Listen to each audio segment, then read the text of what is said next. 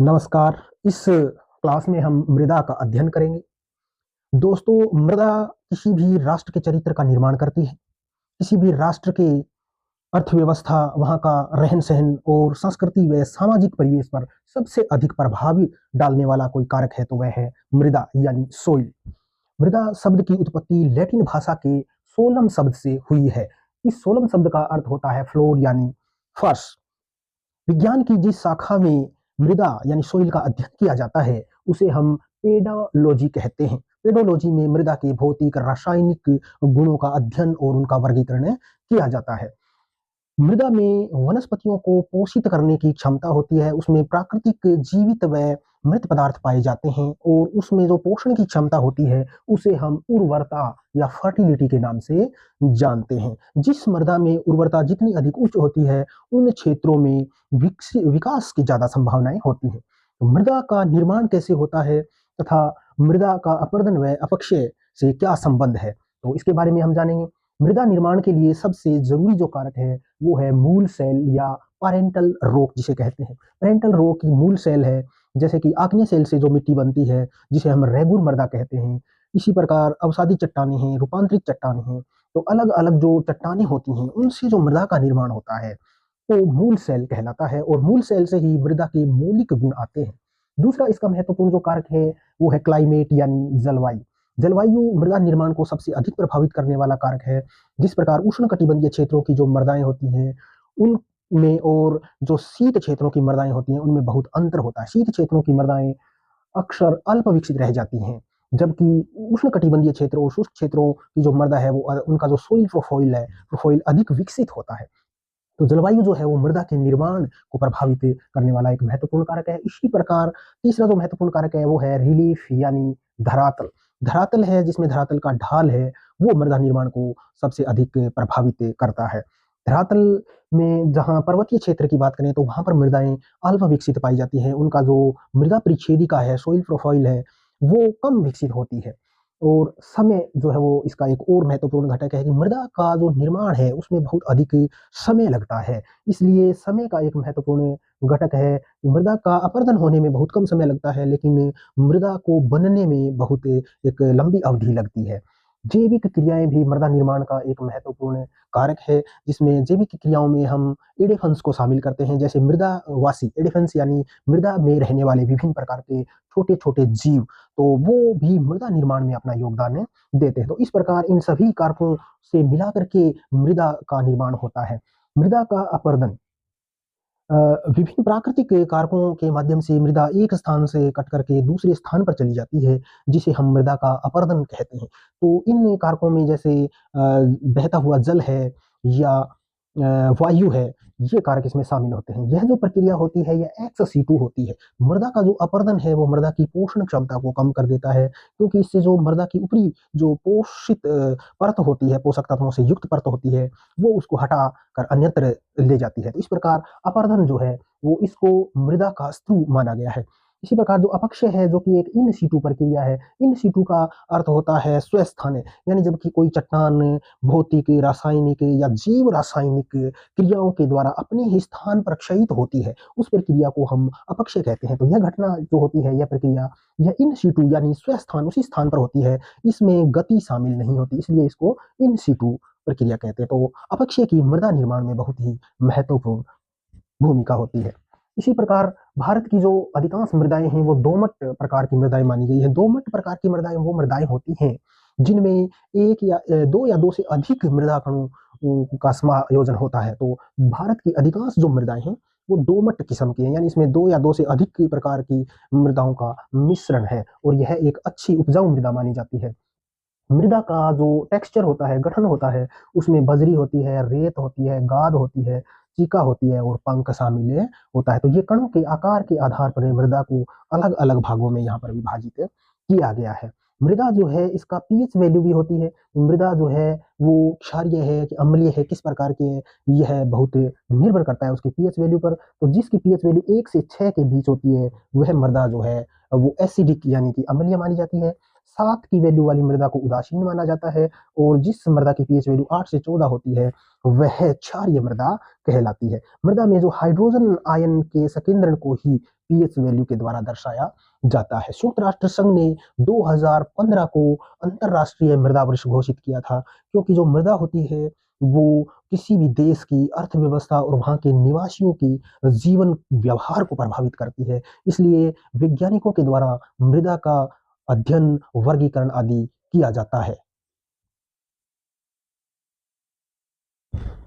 मृदा परिच्छेदिका मृदा के ऊपरी सतह से लेकर के उसके आधार शैल तक का एक विहंगम दृश्य होता है, जिसको हम सोइल प्रोफाइल कहते हैं या मृदा परिच्छेदिका के नाम से जानते हैं। मृदा परिच्छेदिका किसी भी मृदा के संगठन और उसके उपजाऊ होने के बारे में हमें विभिन्न प्रकार की जानकारियां भी प्रदान करता है। तो मृदा संगठन को मोटे तौर पर 4 वर्गों में यहाँ पर विभाजित किया गया है। इसका जो सबसे ऊपरी स्तर होता है उसको हम ए प्रोफाइल ए संस्तर कहते हैं, जिसमें विभिन्न प्रकार के जैविक पदार्थ होते हैं और पोषक तत्व शामिल होते हैं। ये जैविक पदार्थ जो पृथ्वी के ऊपरी सतह पर बिल बनाकर रहने वाले विभिन्न प्रकार के जीवों तथा पृथ्वी के ऊपर धरातल पर जो विभिन्न प्रकार की वनस्पतियों का सड़ा गला जो पदार्थ होता है उससे जो खाद बनती है, उससे जिसे हम ह्यूमस कहते हैं, वो ए संस्तर में ही पाया जाता है, जो वनस्पतियों को पोषित करता है और इससे ही मृदा की उर्वरता बढ़ती है।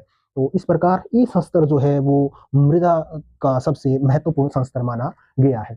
इसके बाद आता है मृदा का बी संस्तर, जिसमें उपमृदा भी कहा जाता है, और इस बी संस्तर को इसमें जैव पदार्थ होते हैं और विभिन्न प्रकार के कुछ खनिज भी होते हैं। इस प्रकार जो बी संस्तर है वो ए और सी के बीच का एक संक्रमण संस्तर माना गया है, जिसमें जैव पदार्थ के साथ साथ खनिजों का मिश्रण भी पाया जाता है। इसी प्रकार तीसरा जो संस्तर है वो सी संस्तर है। इसमें ढीली सेल सामग्री पाई जाती है। जो आधार सेल है उसका ये जो अपक्षित सामग्री है वो सी संस्तर में पाई जाती है। इसको अपक्षित चट्टान संस्तर भी हम कहते हैं। और इस प्रकार जो इसका आखिरी और चौथा जो इसका परत है वो है जनक चट्टान या आधार सेल, जिसे हम डी होराइजन भी कहते हैं। आधार सेल है वो मूल सेल है जिससे मृदा का निर्माण होता है। तो विद्यार्थियों, मृदा का उपजाऊपन जो है वो बहुत ही महत्वपूर्ण माना गया है और मृदा का जो अपर्दन है वो मृदा के उपजाऊपन को कम करता है। तो राजस्थान से एक बहुत ही महत्वपूर्ण योजना शुरू की गई थी 19 फरवरी 2015 को, जिसमें मृदा स्वास्थ्य कार्ड जो है वो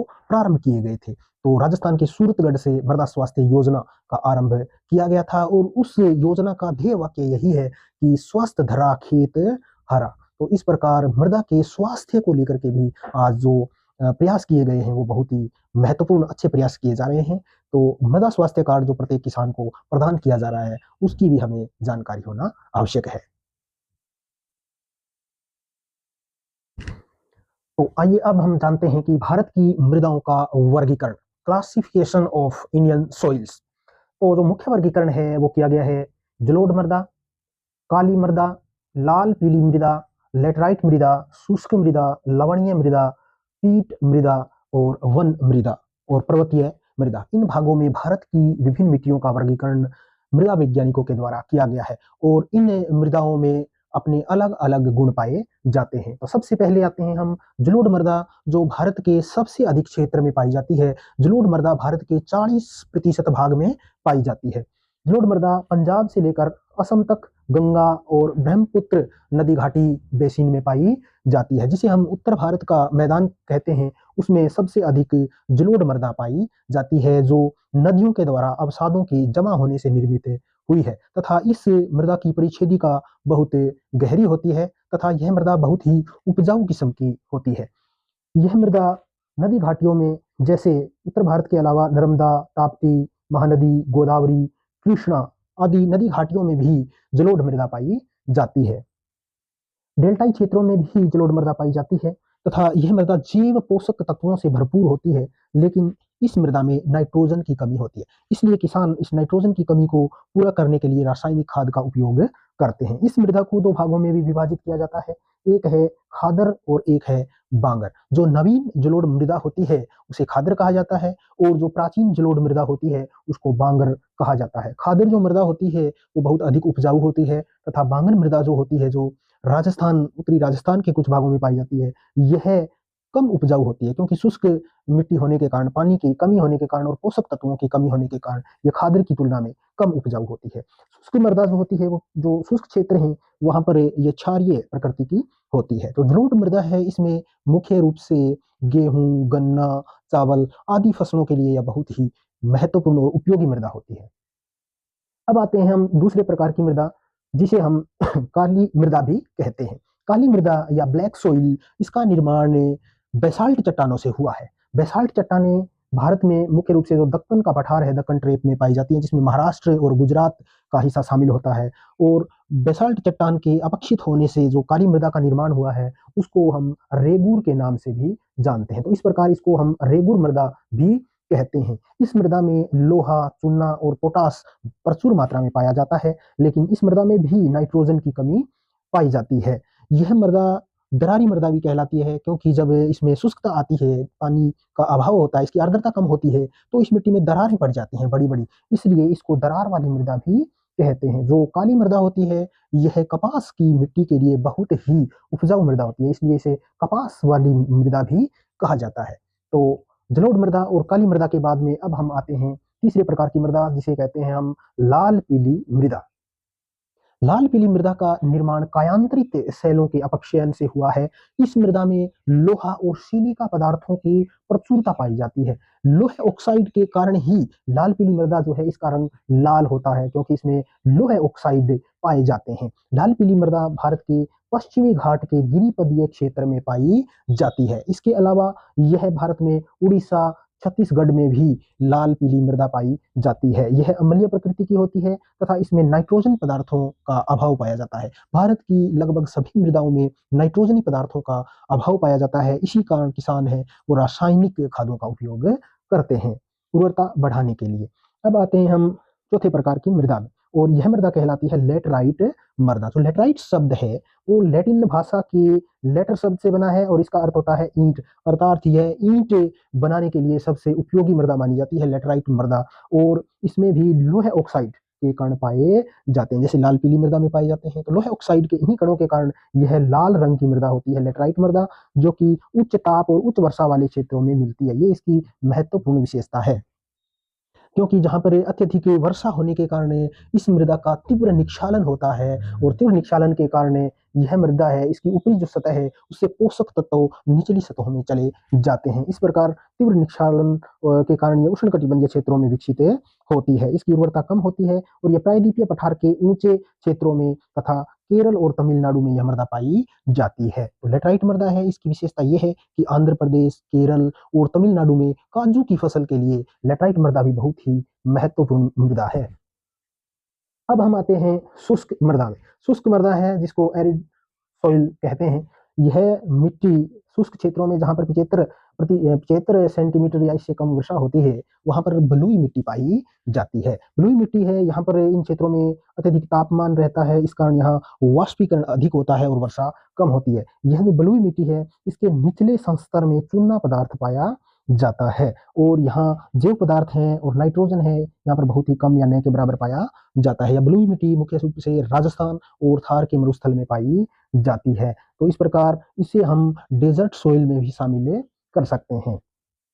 अब हम आते हैं लवणीय मृदा। ऐसे क्षेत्र जहाँ पर अधिक वर्षा होती है या जो भूमियां जलाक्रांत रहती हैं, ऐसी भूमि में लवणीयता की मात्रा अधिक पाई जाती है। और केशिका क्रिया जो होती है, कैपिलरी एक्शन, उसके अंतर्गत जो लवणीय पदार्थ हैं वो निचली सतह से मिट्टी की ऊपरी सतह में शामिल होने लगते हैं, और इससे जो मृदा की लवणीयता बढ़ जाती है। ऐसी लवणीय भूमि का जो प्रमुख क्षेत्र है वो गुजरात है, और राजस्थान के भी कुछ क्षेत्रों में लवणीय मृदा मिलती है। अब हम आते हैं विद्यार्थियों पीट मृदा। पीट मृदा जो डेल्टाई क्षेत्रों में मिलती है, जहाँ नदियां समुद्र में गिरती हैं और नदियां डेल्टा बनाती हैं, उन क्षेत्रों में पीट मृदा होती है, और यहाँ पर वनस्पति की बहुत अधिक वृद्धि होती है। पीट में मृदा जो है वो एक प्रकार से बहुत ही उपजाऊ मृदाएं होती हैं, क्योंकि इनमें जो जैविक पदार्थ है वो 40 से 50% होता है।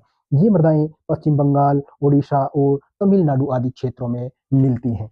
अब आते हैं हम वन मृदा, यानी वन्य क्षेत्र या फॉरेस्ट रीजन में मिलने वाली मृदाएं वन मृदा कहलाती है। ये हिमालय के शंकुधारी जो क्षेत्र हैं वहां पर भी वन मृदाएं मिलती हैं। वन मृदाएं बहुत ही उपजाऊ किस्म की होती हैं, तथा वन मृदाओं में पोषक तत्व प्रचुर मात्रा में पाए जाते हैं। पर्वतीय क्षेत्रों में जो मृदाएं मिलती हैं उनमें चाय, कॉफी आदि की खेती प्रमुख रूप से की जाती है। तो इस प्रकार विद्यार्थियों आप समझ गए होंगे कि भारत की मृदाओं को विभिन्न भागों में वर्गीकृत किया गया है और इनके बेसिक जो फीचर हैं, जो गुण हैं, वो आप समझ गए होंगे। धन्यवाद। जय हिंद।